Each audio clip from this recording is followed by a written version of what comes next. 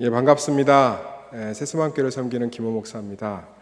참 부족한 사람을 또 이렇게 합신 채플의 귀한 자리로 불러주신 총장님과 허락해주신 교수님들 그리고 학우분들에게 진심으로 감사드립니다. 제가 이 합신의 채플을 와달라는 요청을 받고 되게 이렇게 수락을 하고 나서 부담이 좀 밀려오더라고요.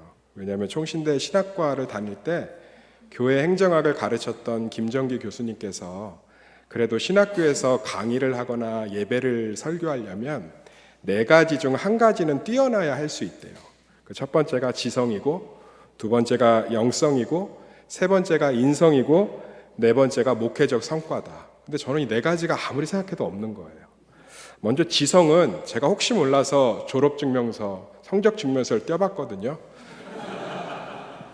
이 지성을 찾아볼 수가 없어요. 너무 처참한 거예요. A+가 하나도 없습니다. 유독 조병수 교수님의 고린도 전후서만 A+가 있는데 아무래도 뭔가 잘못 표기하신 것 같아요. 점수가 38선을 넘지 못하고 있습니다. 이건 지성은 도저히 탁월하지 않고, 그 다음에 영성, 벌써 목소리가 영성 있는 목사들은 다르지 않아요? 할렐루야! 저는 목소리가 외판원처럼 생기지 않았습니까? 외모도 좀 목회자스럽지 않잖아요. 제가 미용실에 가서 이렇게 미용을 하는데 자꾸 미용실 원장님이 땅값을 물어요. 시세가 어떠냐. 아니 왜 그렇게 땅값을 묻냐고 그랬더니 부동산 하시는 분 아니에요? 이러시더라고요. 깜짝 놀랐습니다. 인성은 실수가 참 많습니다. 제가 다혈질이고 ENFP거든요. 그러니까 살아있는 베드로지요. 그러니까 얼마나 실수가 많겠어요. 제가 한 큰 실수 중에 하나만 얘기하면 그 실수를 듣고 김추성 교수님이 눈물을 흘리면서 내가 학생을 잘못 가르쳐서 그렇다 그러면서 통탄하셨는데, 제가 처음 전도사를 할 때 그 교회 일부 예배가 오전 7시예요. 교역자들은 다 일부 예배를 모범이되게 드려야 됩니다. 큰 교회였는데, 그러면 저는 한 새벽 6시 정도에 일어나서 교회를 이제 준비해서 가서 7시 예배 한 10분 전에 도착해서 드립니다. 그러니까 피곤하죠. MDB 생활하고 일부 예배 드리고 새벽 예배 하려면 쉽지가 않은데, 그날 주일날 아침은 뭔가 상쾌한 거예요. 햇볕이 눈에 부셔서 눈을 떴거든요. 그래서 예수님이 오셨나? 어떻게 주일 아침이 피곤하지 않고 상쾌할 수 있지? 그 생각이 드는 순간에 식은땀이 확 나는 거죠. 그리고 핸드폰을 들었는데 부재중 전화가 72통, 카톡이 45개, 문자가 23개. 저희 초등부 제가 전도사였는데 10시 예배거든요. 제가 깬 시간이 11시예요.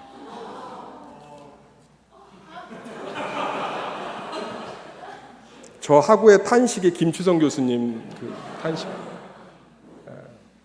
그 교회까지 가는데 얼마나 마라나타를 외쳤는지 몰라요.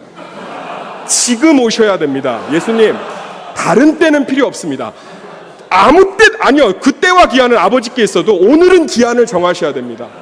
하나님 한 번만 지금 오셔야 됩니다. 지금 오셔야 됩니다. 그래서 교회를 들어갔는데 진짜 큰 실수를 하면 혼을 내지 않고 아무도 말을 걸지 않습니다.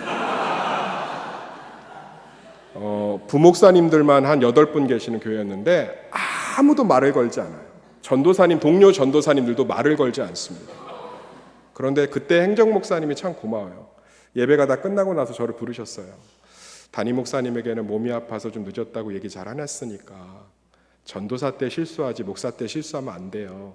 마음 편하게 실수한 거 디뎌서 좋은 목사가 되세요. 다만 부서 선생님들의 신뢰를 회복하는 건 전도사님 몫입니다. 그 교회에서 10년을 있었으니까 정말 열심히 했겠죠. 인성, 저는 그렇게 실수하는 거 정말 많아요. 탁월한 목회 성과? 글쎄요, 지금 세수만교회 후임으로 섬긴 지 한 3년 차 돼가는데 2년 한 11개월 정도, 10개월 정도 목회했는데 70% 정도 성도가 늘었는데 그거 자랑할 수가 없죠. 대구 반야월교회 이승희 목사님은 기네스북에 오를 뻔했다고 하더라고요. 3년 만에 1000명으로 늘어나서. 그러니 요즘 조금 늘어난 것 같고 어디 자랑할 수 있겠어요. 그리고 담임 목회한 지 3년 차면 허니문 기간이에요. 오픈빨이라고 그러죠. 그것 때문에 좀 성도들이 늘 수 있습니다. 그러니까 아무리 생각해도 저는 지성도 없고 영성도 없고 인성도 없고 목회적 성과도 크지 않은데 큰일 났다. 어떻게 합신 체포를 섬길 수 있냐. 김정기 교수님이 알면 나보고 절대로 쓰지 말라고 했을 거다. 그런데 저하고 동역하는 한 목사님이 그러더라고요. 그런데 형님 담임 목회하면서 치열하게 전도사 때, 강도사 때, 신대원 때 몸부림쳤던 것이 담임 목사 때 도움되는 거 없어요? 남는 거 없어요? 그 얘기를 해주는데 뭔가 좀 뭉클하더라고요. 남는 게 있어요.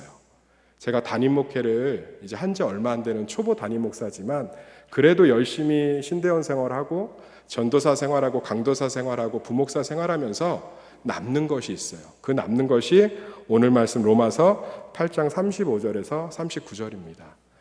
예수님의 사랑이 그 확신 가운데 그 말씀이 완전히 믿어져서 이 예수님의 사랑에서 성도를 끊어낼 수 없고 목회자를 끊어낼 수 없고 교회를 끊어낼 수 없다라는 그 확신이, 그 경험의 확신들이 담임 목회 현장에서 굉장히 큰 힘이 되더라고요. 그래서 부족하지만 제가 경험했던 로마서 8장 35절에서 39절 말씀을 통해서 우리 학우들 안에 예수 그리스도의 사랑의 확신으로 우리 전도사 때, 신대원 때, 강도사 때 열심히 목회하시기를 간절히 축원합니다. 그 35절 읽어보면 누가 우리를 그리스도의 사랑에서 끊으리요 환난이나 공고나 박해나 기근이냐 즉 적신이나 위험이냐 칼이랴. 그리스도의 사랑에서 우리를 끊어낼 수 없대요. 사랑은 끊어질 수 없는 거거든요. 제가 이걸 경험한 사건이 있어요. 제가 전에 섬기던 교회 그 권사님이 자기 어머님이 치매인데 예전에는 교회를 열심히 다니셨는데 목사님이 오셔서 예배를 좀 드려주시면 좋겠다고 하더라고요. 그래서 예배를 준비해서 갔습니다. 그랬더니 이제 그 권사님이 엄마 목사님 오셨어요. 그랬더니 그분이 이제 치매가 심하셔서 목사님 나 몰라 이러는 거예요. 그러니까 민망하잖아요. 목사님을 모셨는데. 그러니까 이분이 이제 당황하셔갖고 엄마 내가 누군지는 알아? 몰라. 엄마 그럼 은숙이는 누군지 알아? 은숙이 몰라. 현숙이는 누군지 알아? 몰라. 그럼 엄마 누구 알아? 막내. 우리 막내 어디 갔어? 막내. 예배가 어떻게든 이제 우여곡절인데 끝났어요. 그리고 제가 이제 나오면서 권사님한테 물어봤죠. 근데 권사님 막내가 누구예요? 어머님이 저렇게 이야기를 꺼내세요. 우리 막내 남동생인데요. 사업 실패했다고 지금 연락 안 된 지가 3년 됐어요. 그러니까 어머니는 치매가 생겨서 뇌에 구멍이 숭숭 뚫려도 막내는 못 놓고 있는 거예요. 막내, 우리 막내. 제가 그 예배를 드리고 오면서 이 로마서 8장 35절 말씀이 기억나는 거예요. 누가 우리를 그리스도의 사랑에서 끊으리요? 환난이나 공고나 박해나 기근이나 적신이나 위험이나 칼이랴. 사랑하는 성도님들, 예수님이 십자가에 죽으시면서 누구를 생각했겠어요? 우리의 죄값을 다 그 십자가에서 치열하게 치러내시면서 감당하시면서 우리를 생각하신 줄 믿습니다. 목회 현장에서요, 예수의 사랑에서 우리를 끊어낼 수 없고 성도들을 끊어낼 수 없다라는 확신이 있을 때 우리는 담대할 수 있고 열정이 있을 수 있으며 포기하지 않을 수 있고 겸손할 수 있는 거예요. 제가 요즘 환우 신방을 하거든요. 저희 교회 분들이 환우가 좀 너무 많아서, 몸이 아프신 분들이 많아서 환우 집중 신방을 하는데, 그날도 이제 신방을 좀 했어요. 신방을 하면 신방이 좀 먹히는 시간들이 있어요. 이 권사님 몸이 아프신데 신방 예배가 쫙쫙 들어가는 거예요. 권사님도 막 이제 곧 일어나시겠어. 할렐루야 막 외치고 막 안수도 하고 막 병마는 따라갈지어다. 아멘. 뭔가 좀 이렇게 능력이 좀 임하는 것 같아요. 마이샤스가 흠뻑 젖도록 예배를 끝나고 오는데 아니나 다를까 본거차 안에서 권사님한테 전화가 온 거예요. 우리 여전도사님한테. 기대가 되는 거예요. 목사님 예배 끝나고 났는데 예수님이 저를 고쳐주셨습니다. 그런데 전화를 받더니 여전도사님이 끊어요. 전사님 무슨 소식이에요? 그랬더니 몸이 더 아파지셔서 응급실 가신대요. 예. 그리고서는 이제 본당에 와서 혼자 기도하는 거죠. 그러니까 내가 이 길 안 간다고 그랬잖아요. 하나님도 참 말뿐이에요. 뭐 능력을 주신다더니 왜 신유의 은사는 나는 안 주는 거예요. 그리고 막 기도하고 있는데 제 안에 성령께서 말씀하시는 거예요. 창피하냐? 네가 능력이 없을까 봐, 능력 없어 보일까 봐 창피하냐? 김 목사, 너는 원래 능력이 없단다. 내가 능력이 있지. 네가 네 성도 몸이 아파서 힘든 것보다 내가 내 양이 몸이 아픈 게 더 힘들다. 그냥 너는 그들 곁에 있어 주렴. 얼마나 감사했는지 몰라요. 목회 현장에서 진짜 뭐가 힘이 되냐면요, 목회자가 아무리 열심히 해도 성도가 잘 변하지 않아요. 목회자가 아무리 열심히 씨앗을 뿌려도 교회가 잘 변하지 않습니다. 그런데 예수 그리스도가 교회를 핏값으로 샀대요. 나보다 성도를 더 많이 사랑한대요. 죽기까지, 피 흘리시기까지 사랑하셨고 하늘 보좌를 버리고 이 땅에 오실 만큼 사랑하셨대요. 그 예수님의 사랑을 믿는 순간부터 열매가 맺히지 않아도, 뿌린 씨가 거두어지지 않아도 실족하고 절망하기보다는 더 기대감 가운데 그 양들 사이에 설 수 있습니다. 전도사로 섬기면서 뿌린 씨가 거둬지지 않아서 실망할 때 많을 거예요. 내가 교회를 최선을 다해 섬겼는데 참 원하는 결과들이 돌아오지 않을 때가 있습니다. 그런데요, 우리가 섬기는 양을 나보다 하나님이 더 사랑하십니다. 우리가 섬기는 교회를 나보다 예수님이 더 관심 두십니다.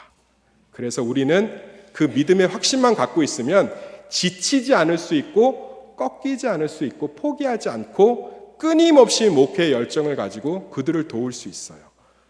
그럴 때 하나님의 역사가 그들 가운데 벌어지는 것을 정말 많이 봤습니다. 애가 넷인데 남편이 바람이 나서 도망이 갔어요. 애 넷을 키워야 되는데 어떻게든 살아야 되니까 신방을 갔는데 후라이팬에 브루스타를 들고 떡볶이를 만들어 팔겠다고 쪼그려 앉아 있습니다.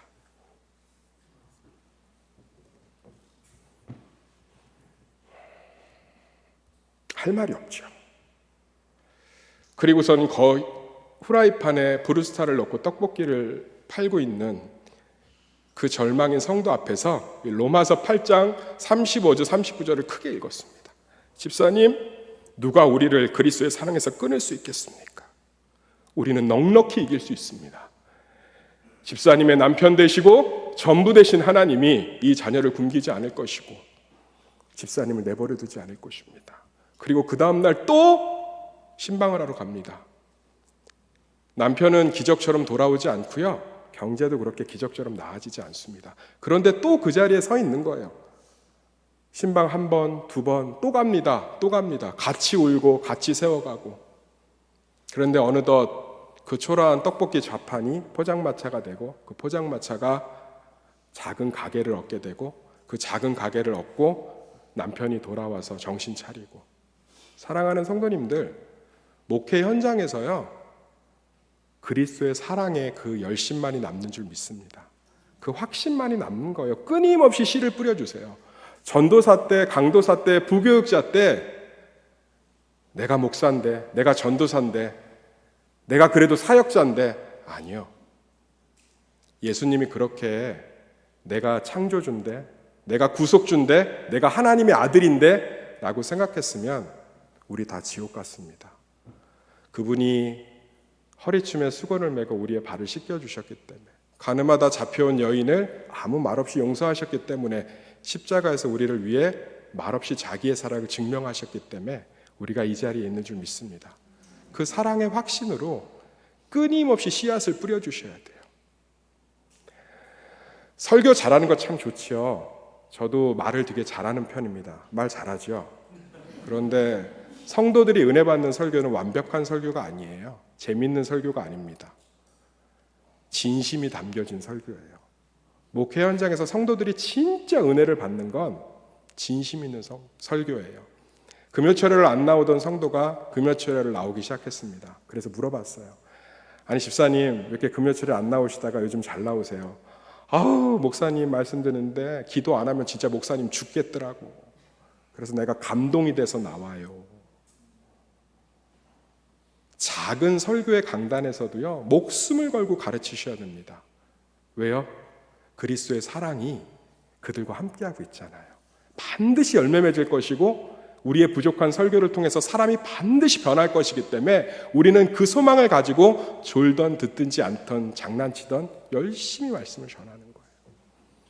제가 전회교회에 있을 때 그 성경대학이 가을에 있거든요. 그럼 목사들이 각 이제 과목들을 개설을 해요. 근데 저는 어머니 성경 공부를 개설했는데 한 명도 등록을 안 하셨어요.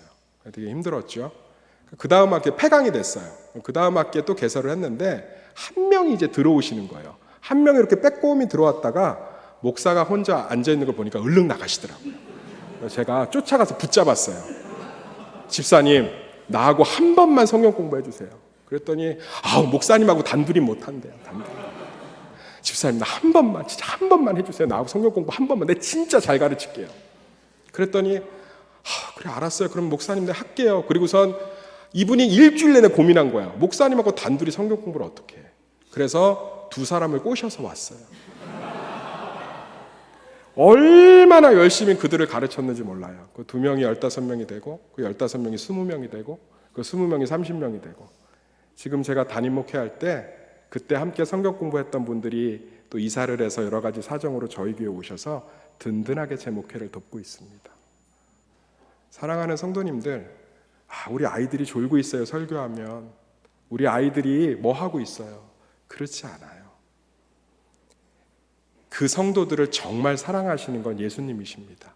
그래서요, 우리의 부족한 설교도 성령께서 그들 가운데 반드시 열매 맺게 해요. 그 그리스도의 사랑에서 성도를 끊어낼 수 없는 확신을 가지고 목회할 때 하나님이 놀라운 일들을 이루시는 거예요.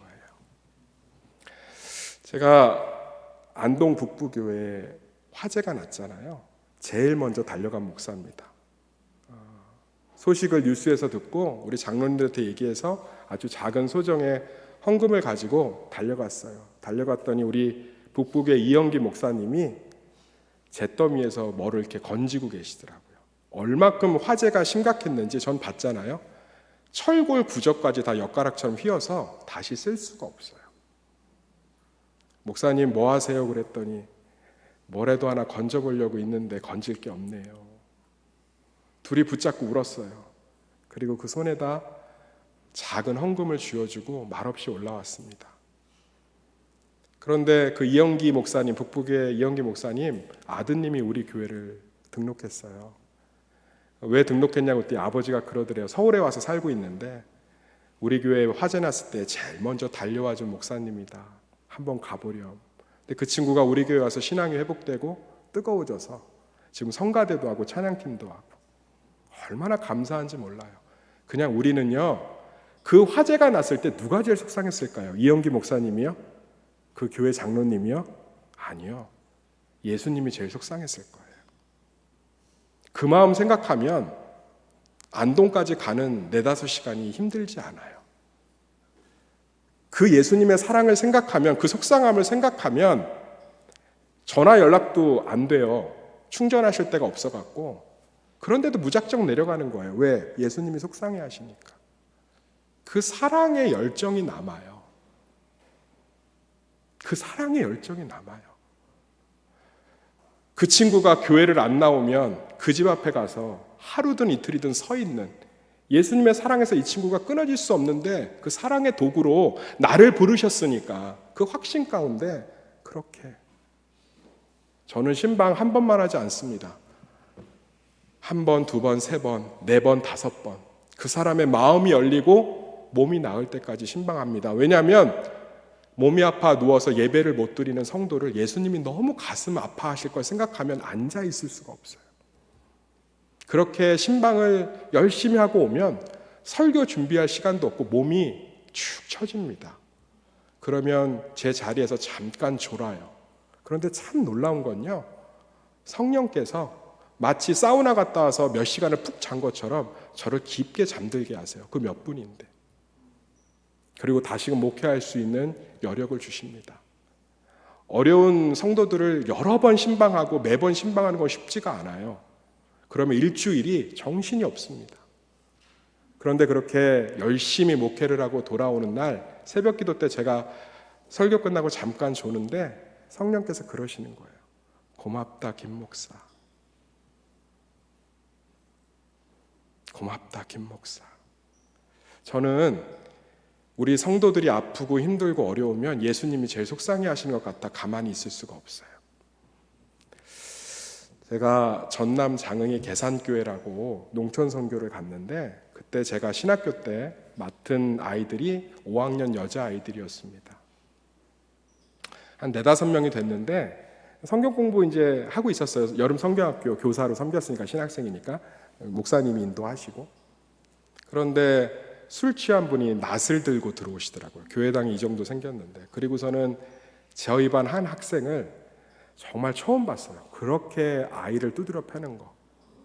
그리고서는 끌고 나가는 거예요. 그런데 그 교회 사모님이 그래요. 전도사님, 저분 마을에서도 포기했어요. 남 부인도 하도 두드려 패서 도망갔어요. 술주정뱅이에요. 그런데 지 어린 동생 안 보고 여기 와 있다고 지금 찾으러 와서 저렇게 데리고 간 거예요. 마음이 너무 아픈 거예요. 그리고 사모님에게 물어봤습니다. 사모님, 그 친구 주소 집 알아요? 그랬더니 아유, 전도사님 가봐도 소용없어요. 아니요, 좀 알려주세요. 그리고 사모님 저랑 같이 가주세요. 저는 낫이 무서워요. 그때 사모님이 어떻게 해서 같이 가시더라고요. 그래서 아이들 줄 간식하고 선물하고 챙겨서 갔어요. 이름을 불러도 안 나와요. 나오겠어요? 그리고서는 그 선물을 놓고 큰 소리로 얘기했습니다. 예수님이 살아계셔. 예수님이 너를 사랑하셔. 네가 힘들고 아픈데 예수님이 더 힘들고 아파. 그 사랑을 꼭 놓지 않았으면 좋겠다. 믿었으면 좋겠다. 그리고 고래고래 소리를 지르고 돌아왔습니다. 그리고 그 다음 날도 이제 4박 5일 일정이니까 이제 공과 공부 시간에 공과를 가르치는데 시골 교회는 창문이 길고 낮아요. 옛날 시골 교회들은. 근데 애들이 웅성웅성해요. 그래서 이렇게 창문을 봤더니 걔가 창문 밖에 어린 동생의 손잡고 서 있는 거예요. 그래서 들어오라고 했더니 아빠가 오면 도망가야 된대요. 목이 터져라 이제 성경 공부를 하는 거예요. 걔 들으라고. 목이 터져라. 목이 터져라. 그리고 4박 5일 일정을 마치고 올라오는데 교회 봉고차 뒤를 지 동생 손을 잡고 달려와요. 그 다음 연도에 갔는데 그 아버지가 예수를 믿고 성도가 돼 있더라고요. 우리는요, 우리가 제일 우리 양을 사랑한다고 생각해요. 우리가 제일 교회를 사랑한다고 생각해요. 그래서 우리가 하나님의 자리에, 사랑의 자리에 올라가서 실망도 하고 실족도 하고 절망도 합니다. 근데 그렇지 않아요. 예수님이 제일 속상해하고요. 예수님이 제일 아파하고 예수님이 제일 힘들어합니다. 제가 담임 목회가 처음 돼서 경험한 일이 뭔지 아세요? 교회를 새롭게 하는 거. 원로 목사님이 뿌린 그 좋은 씨앗들 터 위에 막 교회를 온전히 말씀으로 세워가는 거? 아니요. 제가 처음 경험했던 어려움이 김장 사건이에요. 김장 사건. 그동안 교회 김장을 했던 나이 많은 권사님들이 이제 폐업, 노사 분기로 일으킨 거예요. 이젠 못한다. 원로 목사님 때는 우리가 우정으로 했지만 이제 새로운 목사님 밑에선 못한다. 절대 못한대요. 그리고 이제 젊은 집사님한테 부탁했더니 자기네는 김장을 해본 적이 없기 때문에 못한대요. 시댁에서 하는 것도 힘들어 죽겠는데 못한다는 거예요. 제가 그날 일기를 이렇게 썼습니다. 제 일기 그대로 읽어드릴게요. 선교지에 와 있는 것 같다. 낯선 문제들이다. 담임 목사 된 지 한 달밖에 안 됐거든요. 성도가 너무 무섭다. 다 나를 판단하고 있는 것 같다.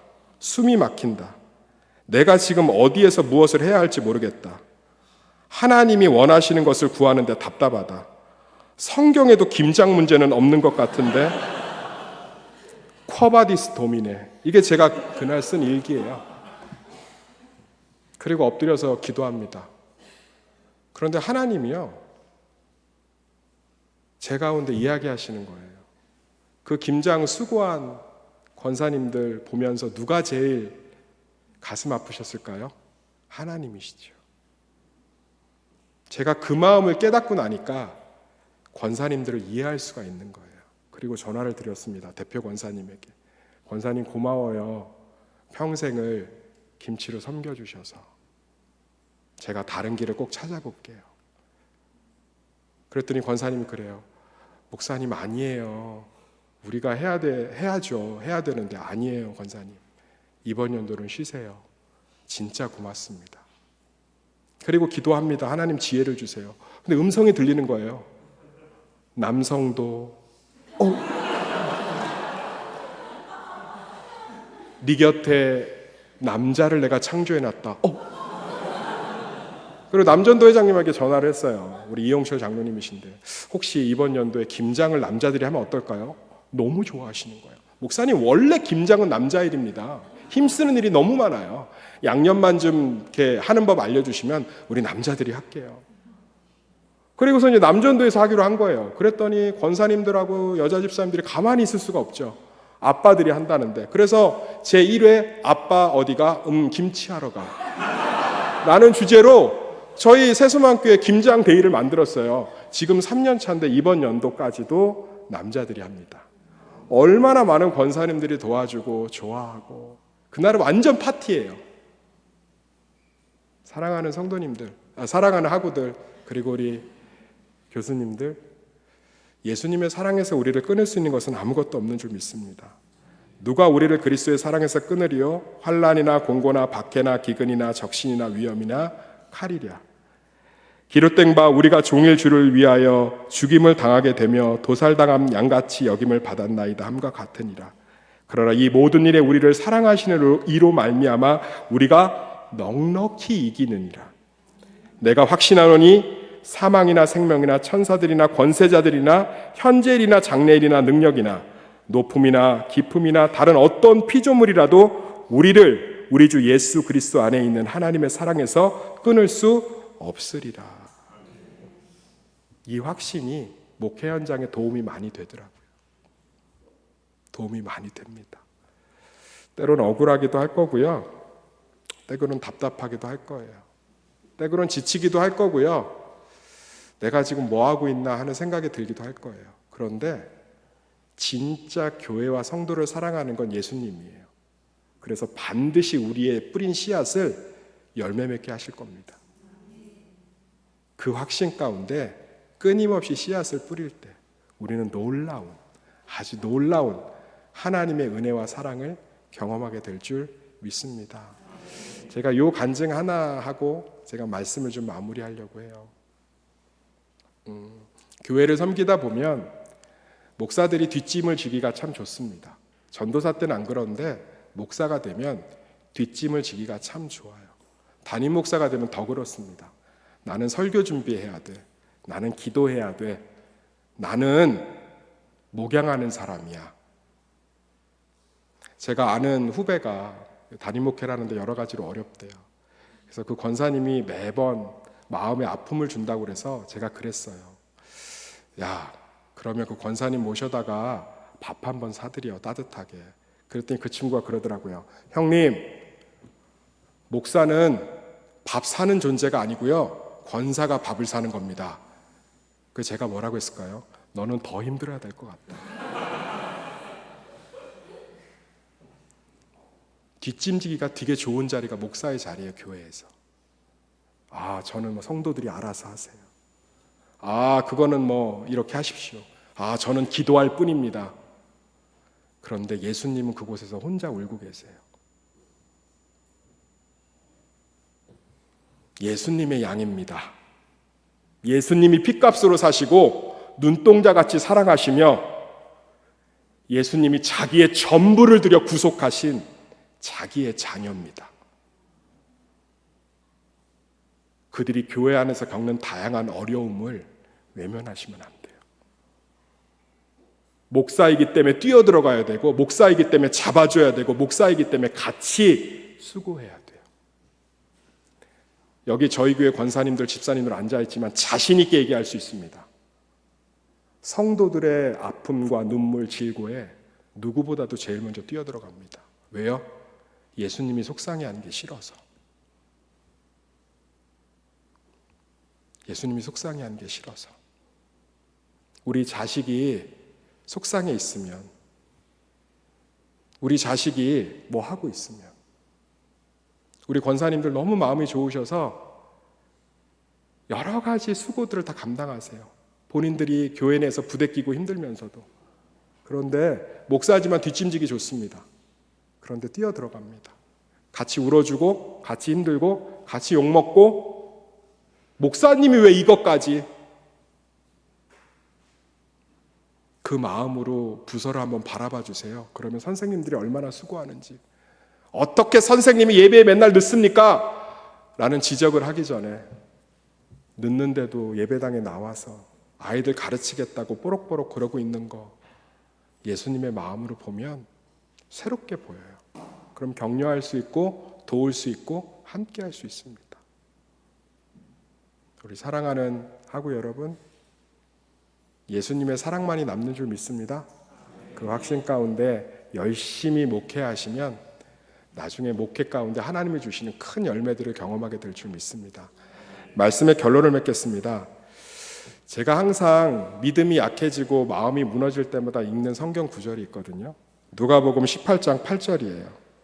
내가 너희에게 이르노니 속히 그 원한을 풀어주시리라. 그러나 인자가 올 때 세상에서 믿음을 보겠느냐 하시니라. 현대어 성경은 좀 더 부드럽게 번역되어 있습니다. 그러나 인자가 다시 돌아올 때 믿음을 가지고 있는 사람을 과연 몇 명이나 찾을 수 있을지 걱정이구나. 저는 예수님의 쓰라린 마음이 너무 아파요. 그래서 제가 좀 마음이 무뎌질 때마다 기도합니다.